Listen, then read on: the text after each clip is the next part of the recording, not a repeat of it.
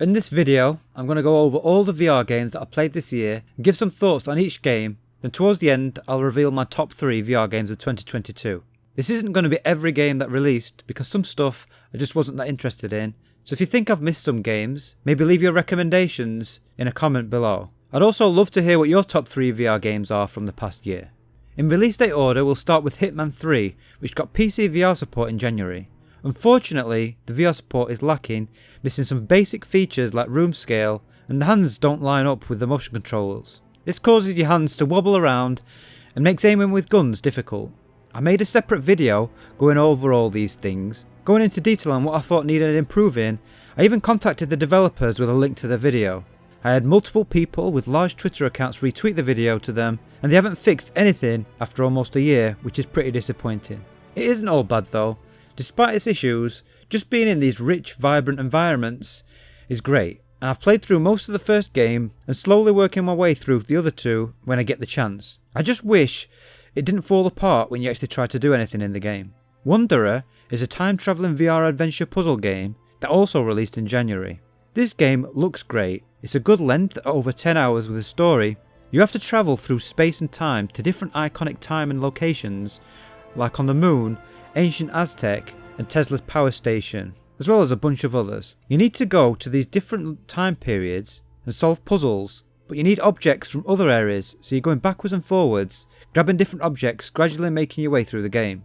I did enjoy this game for a few hours, but after a while, progress grinds to a halt, and you spend 10 to 15 minutes going to loads of different places just to try and find where you left the screwdriver. It's a good game overall. I put over 8 hours into it before it started to annoy me and never went back to it. Pacing issues aside, it's still one of the best VR puzzlers with very positive reviews on Steam.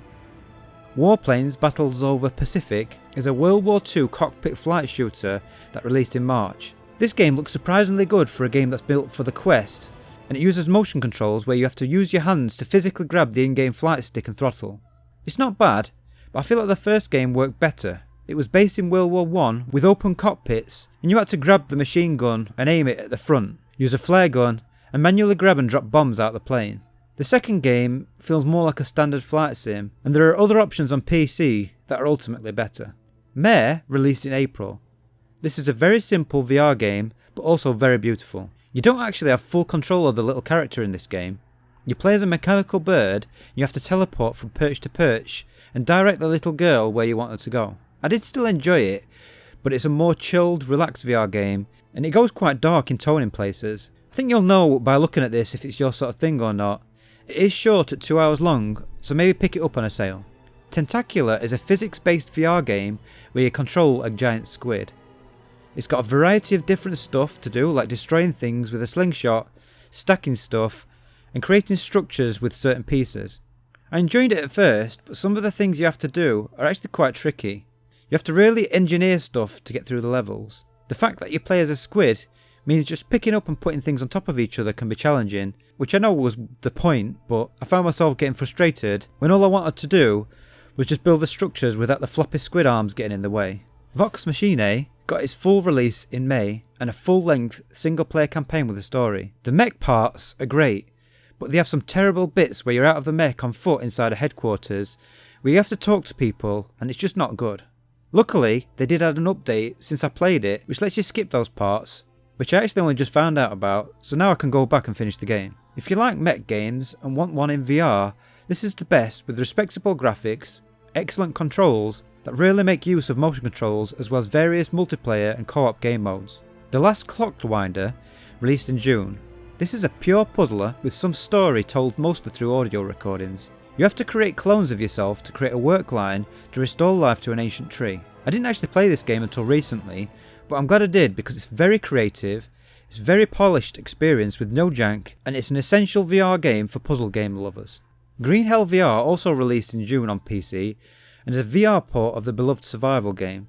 I'm not a big survival game fan, as I find them very grindy, but I did play some of this, and it looks nice, and the developers did a great job with the interactions, with lots of physical things like swinging a machete to chop down trees. It has mostly positive reviews on Steam, with most of the complaints about performance, so it's probably best for those with a high-end PC. Compound is a retro-style roguelite shooter that came out of early access to full release in July. This game has come a long way over the years with many new levels, enemies and weapons added. The guns have got a really good feel to them, while the interaction with reloading is simple, it works very well and it feels very satisfying. If you like retro shooters, then this is a must play. Kayak VR Mirage released in July, and this is a stunning kayak VR game with some of the best visuals in any VR game, and the water is the best I've seen. You have to physically paddle through the water, and it has some great locations like Antarctica with penguins and killer whales, Costa Rica with dolphins and sea turtles, and my favourite, which is set on the coastline of Norway with a lighthouse, and if you go out into deeper waters, it's got humpback whales. It has incredible attention to detail with lots of little touches, and just paddling and exploring these levels is worth spending time in. They also have races where you can go against the clock and try to beat leaderboards or preset times for bronze, silver and gold medals. Lost Ember VR is another VR port of a non-VR game. This one is third person where you control different animals and you have to uncover memories to progress to the next area. The VR port's okay, but I found the camera was too close to the animals, so it's hard to focus on the animal and see where you want to go at the same time. It's also a little blurry, although setting anti-aliasing to low helped. Overall, it's a fine game with an okay port. Red Matter 2 released in August, and it's fantastic. It's a sequel to the first game with some of the best visuals you see in any native VR game, and the PC version has some nice improvements over the Quest, like dynamic shadows and higher quality models and textures. It's an adventure puzzle game with some light combat. The puzzles are very handsy, so you do lots of pulling levers and turning knobs, although I found the first game's puzzles were a little more creative, with the sequel reusing the same type of puzzles multiple times. I also preferred the tone of the first game, which was more dark and supernatural. The second game still has those elements, and is better overall with much longer campaign at around 6 hours. It's got lots of variety of locations, travelling to multiple moon bases with visuals that will regularly make you stop just to soak it all in. It also has some combat later on which isn't the best, but it does change up the gameplay. If you've played the first game, then you definitely want to play the second. If you haven't played the first game, then I recommend grabbing them in a bundle, play them back to back, and you won't be disappointed. Paradox of Hope released into early access in September, which is basically a Metro clone. This is being made by one person, and they have done an incredible job of capturing the atmosphere of the Metro 2033 and the Last Light games with VR controls that are actually very well implemented. It's got the first level of the story, but it's very short, under 30 minutes, but more chapters are going to be getting added over time. The game does have a raid mode, which uses procedurally generated levels where you have to make your way to an extraction point. You get loot along the way on each run, and you can use the loot you find after each run for upgrades. If you're only interested in the story mode, then wait. If the raid mode sounds like something you would like, then it could be worth picking up. Bone Lab also released in September, and it's easily one of the most highly anticipated VR games of 2022. I personally enjoyed Boneworks for the most part, but found the physics-based puzzles and climbing janky, and the sequel seems to have doubled down on those elements and ultimately left me feeling frustrated for most of my playtime. To be clear, I only buy these games for the campaign mode, and Boneworks' campaign was good. I think Bone Lab's campaign is very poorly paced and feels like a tech demo rather than some cohesive, well-made story. If you only play these games mainly for the sandbox stuff, you'll probably still like it, but if you want a story-driven campaign, then I would actually give it a miss. I'm going to make a separate video soon comparing the two games, so I'm going to save my more in-depth thoughts for that video. Moss Book 2 released in October and is a direct continuation of the first game. If you don't know what this game is, you control a little mouse from a diorama perspective, whilst also using your motion controls to reach out into the world to help your mouse friend, and the sequel has taken everything the first game did and improved on it. It's longer at about 6 hours, not including all the collectibles. It's got more variety of locations, multiple playable characters, more enemies and more weapons. They've also involved you as the godlike reader a lot more, having you sweep your hand across vines to make leaves grow so the quill can climb them, or clicking on the weapon she's holding to activate a power-up. I absolutely love this game from start to finish, and it's up there with one of my favourite VR games of all time.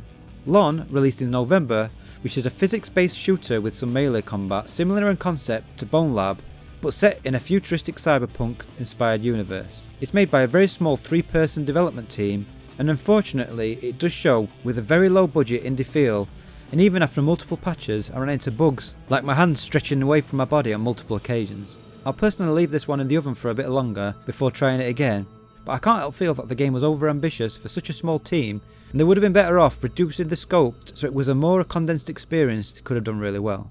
The Falconeer got surprise VR support in December. This is a non-VR game where you control a falcon in third person and engage in aerial combat whilst taking on various missions over a large water-based open world. The VR support is the same game, so it's still third person and you use a gamepad, but it's still great being in this world and seeing everything happen in front of you. The way the HUD and the camera works is very polished, and I found it a very comfortable experience. If you've got any interest in this game, grab it and I think you'll be surprised.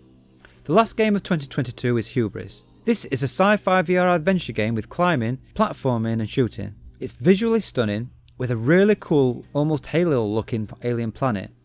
It's surprisingly polished, with great production values including NPCs that talk to you with full mocapped facial expressions, and it's got some really stunning locations and a cool hoverbike section. I did enjoy the game overall, but it's got some pacing issues. For example, early on in the game you have to scavenge for materials so you can upgrade your gun with a 3D printer to progress. But there's something that you need that's really hard to find. You don't know what you're looking for, the symbol looks like water or oil, but what you actually need is called cyan, and it's some crystal-like rocks. You don't know this though, so you keep looking around, trying to find stuff to see if what you found is what you actually need. I actually played the game before release, and even contacted developers because I thought the game was bugged out. But it turns out that they've hidden this one type of material in hard to reach places, so you've got to jump and climb around to get it. I'm not the only one that struggled to find it. I saw Ian from Eurogamer had the same issue, and the guys on the Recentered podcast mentioned it as well. The developers just need to put some cyan in easier to find places, and have the stupid drone woman tell you that there might be some stuff if you climb to look for it. There's another section where you're in a loft, which looks really nice, and the guy you're with decides to scout ahead. You end up left in the loft with very little to do but wait for him for multiple minutes. There are lots of these little moments that leave you frustrated, and developers should playtest games more and really fine tune these moments and interactions. If I made a video with long pauses where I didn't say anything, people will just stop listening. Games are no different. There is a good game here, and I hope that they can watch a lot of videos and live streams to fine tune these moments and make a good game great. So let's finish the video off with my top 3 VR games of 2022. At number 3, I picked The Last Clockwinder. It probably would have been Hubris if it didn't have those pacing problems, but The Last Clockwinder is just a very well crafted, innovative VR puzzle game with great polish, and I really enjoyed it. Number 2 is Red Matter 2. This probably would have been my number 1 if the combat wasn't as a bit weak and the puzzles were a little bit more creative like the first game. But I really loved being in this world. It reminded me of what a really well made, ground up VR game can be after playing mostly mods throughout the year, and I was gripped from start to finish wanting to see what's around the next corner. At number 1 it's Moss Book 2. It takes the first game and it improves on it in every way. It's incredibly polished and well designed. I couldn't find a single thing that I didn't like in it, and I was captivated from start to finish. Some people might say it's not a proper VR game because you're not first person with boots on the ground, but to me it just shows that VR is more than just being in first person with a gun in your hand. VR is a medium with massive potential to change and create many different types of games, and Moss Book 2 is a masterpiece that makes great use of VR, and I've never played a game in or out of VR that has made me have such a strong connection with a virtual character as I did with Quill. And that's my 2022 VR Gaming Roundup. As mentioned before, let me know your recommendations and what were your top 3 VR games over this past year in the comments.